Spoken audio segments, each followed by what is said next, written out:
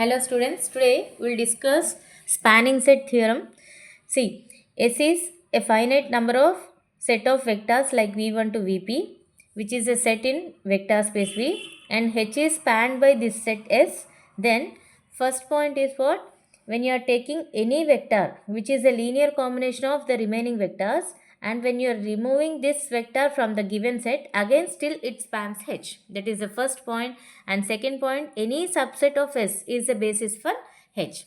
So for that, take V is a vector space and S is having finite number of vectors like V1 to Vp. Then rearranging these vectors as take one vector here, which is a linear combination of remaining all vectors. So how many remaining vectors? Up to p minus 1. So there exists p minus 1 scalars such that Vp can be expressed as e1 v1 plus e2 v2 and so on up to p minus 1, because it is a linear combination of remaining vectors. And also what is given? H is spanned by these p vectors. So for that, here p vectors are there.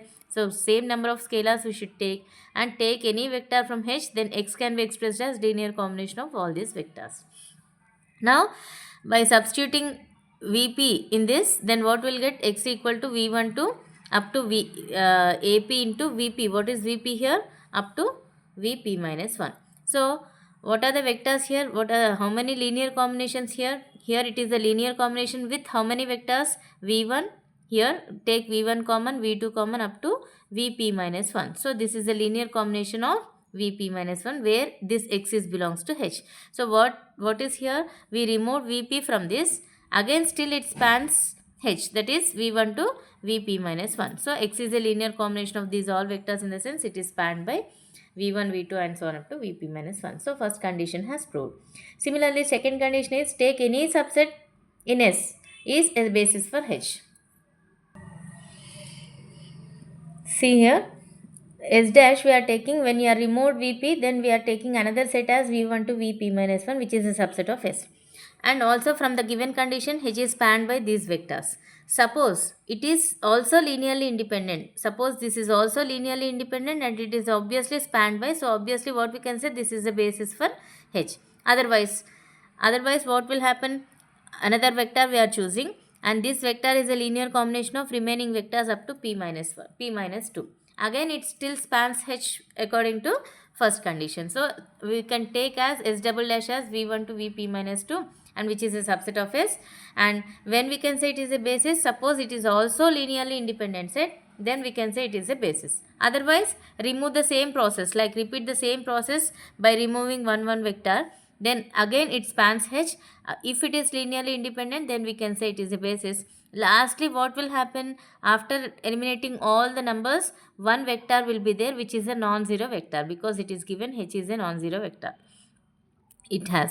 So one vector it left, and this vector, every non-zero vector, singleton non-zero vector is obviously, we know that it is, of course it spans H according to the first condition, and also we know that every non-zero vector is linearly independent. So it is linearly independent, and the span of this vector H is spanned by this vector. So what we can say? It is a basis.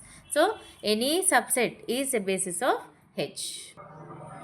So from this what we can conclude? Any subset of S is a basis for H, which is nothing but the spanning set theorem. And see, one problem on basis, three vectors are given and set is the basis for R3 that we need to prove. So R3 is a vector space here, and we are taking three vectors as a set, and this contains exactly three vectors with exactly three entries. That's why R3 is spanned by these three vectors. So first condition in basis has proved. And to check whether it is linearly independent or dependent, we take the determinant, take as first column as first, second, third columns as matrix, and take the determinant. And after finding the determinant, 3 into, remove that corresponding row and columns, take this 2 cross 2 matrix determinant, 5 minus 7. Here minus of second term, minus of minus plus 4 into, remove corresponding column and row, and 0 plus 6. And minus 2 into 0 minus of minus plus 6. After simplification we are getting not equal to 0. So determinant is not equal to 0, in the sense it is linearly independent. So it is spanned by S and it is linearly independent. So it is a basis for R3. So this is a problem by using spanning set theorem. three vectors are given and H is span of these three vectors, and one vector is a linear combination of remaining vectors. And what is according to spanning set theorem, when you are removing V3 from the given set, still it spans H. That we need to prove here, and also find the basis for H. See, R3 is a vector space, take three vectors and it is given H is span of V1, V2, V3. And for these three vectors, we are assuming three scalars such that we can take one vector in H. Then that vector can be expressed as linear combination of all these vectors like C1, V1 plus C2, V2 plus C3, V3. Again, what is given? V3 is the linear combination of remaining two vectors. When you are substituting V3 in this, what will happen? V3 equal to 5V1 plus 3V2. Then what will happen? X is the, when you are taking V1 common, V2 common, then X is the linear combination of only two vectors, right? Only two vectors V1, V2, where X is belongs to H. So by spanning set theorem, what will happen? When your S is a linear combination of remaining vectors, one vector is a linear combination of remaining vectors, then by removing that vector from it, again still spans H. So H equal to X is belongs to H, and X is the linear combination of V1, V2. So what we can say? It is the span of V1, V2. So H equal to span of V1, V2 and H equal to span of V1, V2, V3. So from these two, what we can conclude? Both are equal.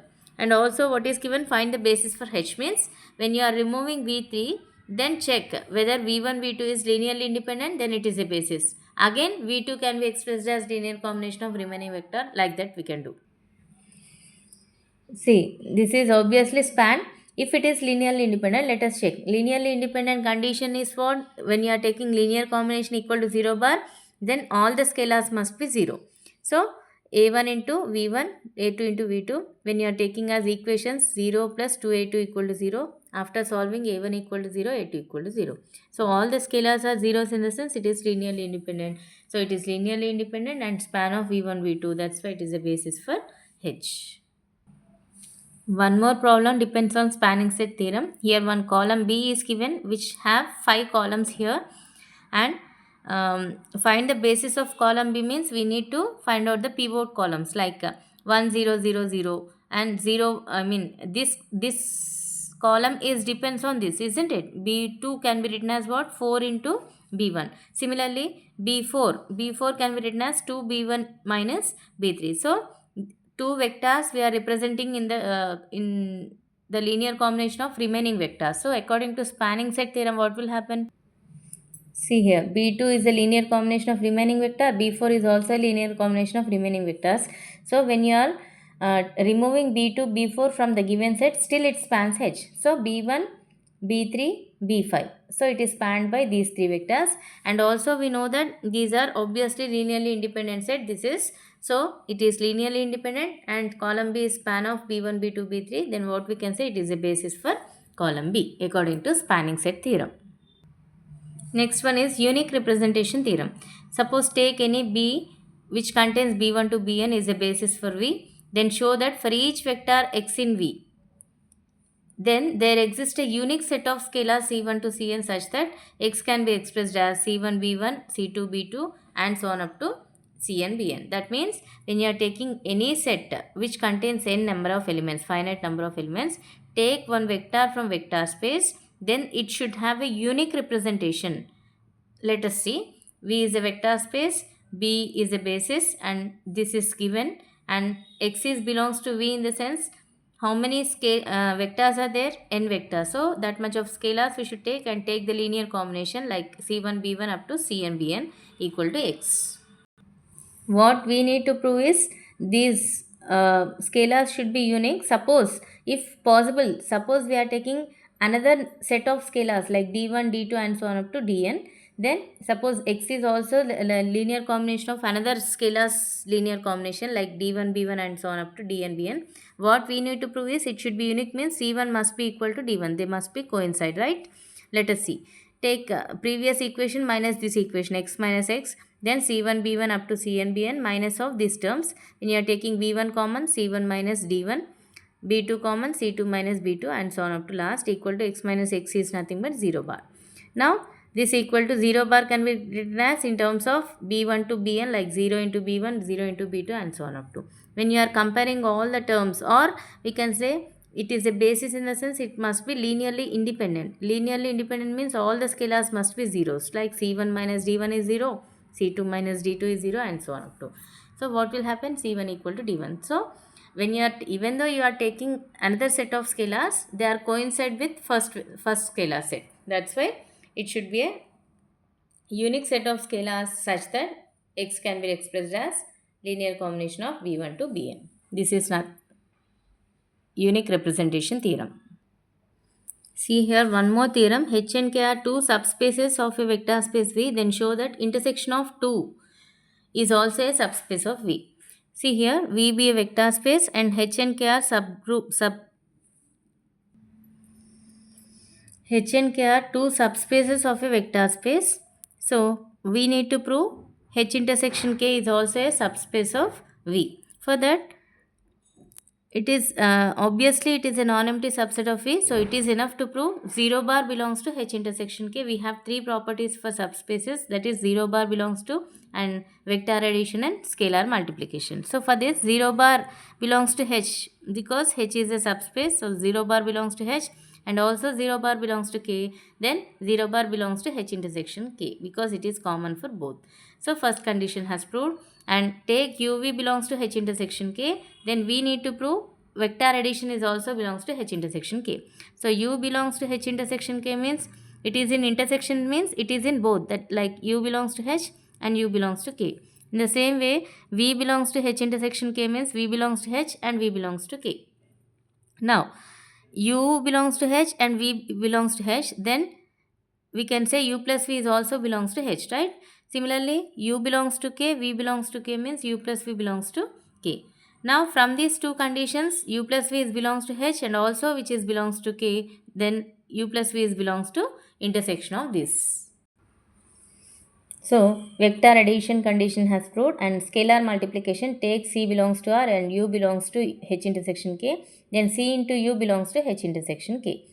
Then U belongs to H intersection K means obviously U belongs to H and U belongs to K, and take these two at a time, that is C belongs to R and U belongs to H, and H is also a subspace of V, that is given. So according to subspace definition, scalar multiplication for H, that is CU belongs to H.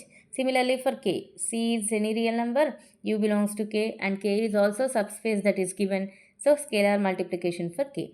So this is belongs to H and also belongs to K. So it is belongs to H intersection K. So from these three conditions what we can conclude? H intersection K is a subspace of V.